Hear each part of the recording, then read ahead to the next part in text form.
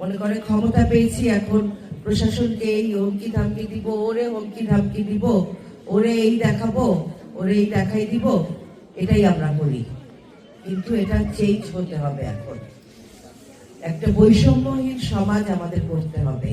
নেতৃত্বে যখন আসে কেউ, তারা অন্ধ হয়ে যায়, আমার কাছে মনে হয় ক্ষমতা পেয়ে অন্ধ হয়ে যায়, ক্ষমতাকে অপব্যবহার করে। কিন্তু আমার কাছে মনে হয় ক্ষমতাটা পেলে, ক্ষমতাটা হলো, এটা হলো মানুষের সেবা করার ক্ষমতা। এই মানসিকতা থাকা উচিত যারা নেতৃত্ব পায়, যারা ক্ষমতা পায়। এই কথাটা চিন্তা করারও মানুষের মানে ওই মাইন্ডসেটটাও আমাদের যারা নেতৃত্ব দেয় তাদের নাই। আসলে মনে করে ক্ষমতা পেয়েছি, এখন প্রশাসনকে এই হুমকি ধামকি দিব, ওরে হুমকি ধামকি দিব, ওরে এই দেখাবো, ওরে এই দেখাই দিব, এটাই আমরা করি। কিন্তু এটা চেঞ্জ হতে হবে। এখন একটা বৈষম্যহীন সমাজ আমাদের করতে হবে। আমি নেতৃত্ব দিলেও আমার যেটা অধিকার হবে সেটা সমান অধিকার আপনারও হবে। আমি আমি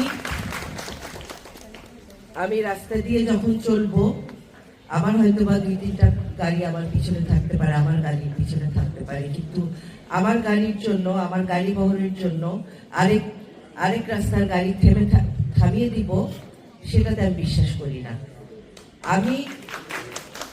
আমি যখন গাড়িতে চলবো, আমি যদি জ্যামে থাকি, তাহলে আপনি যখন জ্যামে আটকে যান, তখন আপনার কষ্টটা কিন্তু আমি তখন বুঝতে পারবো।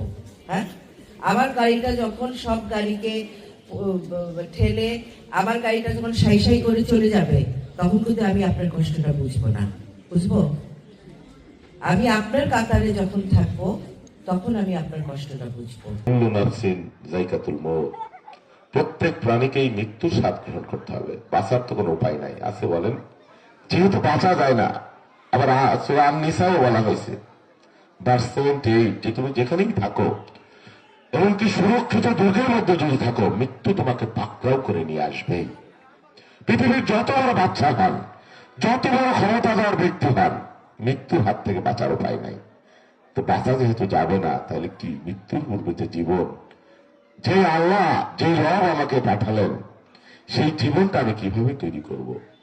মানুষের কাজে, মানুষের ভালোর জন্য, মানুষের কল্যাণে, নাকি খুনাখুনিতে করবার জন্য, নাকি বিদ্বেষ করবার জন্য, নাকি হিংসা করার জন্য, নাকি ক্ষমতা দখল করার জন্য, মানুষ মেরে সম্পত্তি লুট করে বিদেশে পাচার করার জন্য, এর জন্য ব্যয় করব? সিদ্ধান্ত আপনাকে নিতে হবে যে আপনি আপনার মৃত্যুর পরে মানুষ আপনাকে নিয়ে কি তৈরি করলো, কি অনুভব করলো। যেমন খালেদা জিয়া মারা গেলেন, একজন নারী ছিলেন, সিম্পল গৃহবধূ ছিলেন, 35 বছর বয়স, বিধবা হয়ে গেলেন, 2টা বাচ্চা সন্তান। সেই সন্তানদের নিয়ে বাংলাদেশের মানুষ তাকে ঘর থেকে বের করলো। বাকি জীবন সকলেই জানেন কত কষ্ট করেছেন। হ্যাঁ, তিনি প্রধানমন্ত্রী হয়েছেন 2-3 বার, কিন্তু দেখেন শেষ বয়সে তাকে 7 বছর জেলের মধ্যে রাখলো।